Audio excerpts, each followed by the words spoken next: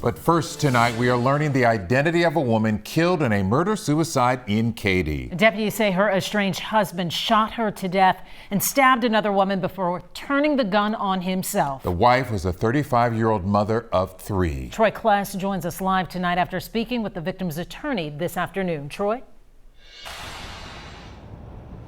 Well, Mia and Len, the woman was killed and her sister was stabbed in that attack. But it was here at the Harris County courts where the attorney says they were just days away from finalizing the divorce at a time that an advocacy group says can sometimes be dangerous. Deputies say a woman was arriving home from work Tuesday night. Attorney Uche Ohia says his client was closing a difficult chapter. Honestly, I'm devastated. Ms. Ramrup was a wonderful person, a wonderful client, a loving mother, and I really just wanted to help her get out of a very terrible situation. The Harris County Sheriff's Office says Nitya Devi Ramrup was killed in her driveway. Ohia says she was a mom to a 13, 16, and 17-year-old, full of compassion. In Sanskrit, that word is Daya.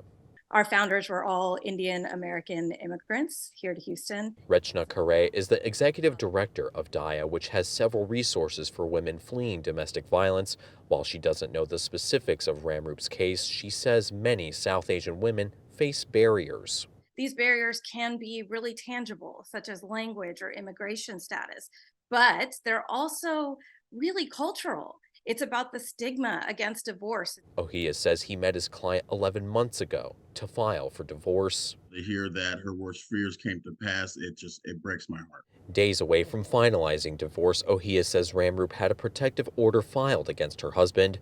The Harris County Sheriff's Office says he ran away from the scene and killed himself. Despite the tragic nature of the case, Ohia says victims of violence should still seek help.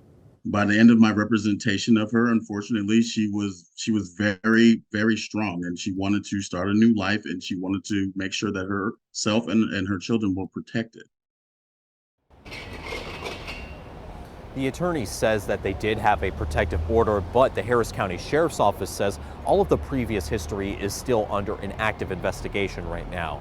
And for resources for domestic violence victims, you can go to this story on KHOU.com. Reporting live in downtown, Troy Kless, KHOU 11 News. So close to freedom, yet so tragic. Troy Kless tonight, thank you. If you need help getting out of an abusive situation, contact the National Domestic Violence Hotline. That number 1-800-799-7233, or simply text the word START to 88788. This afternoon, Pasadena police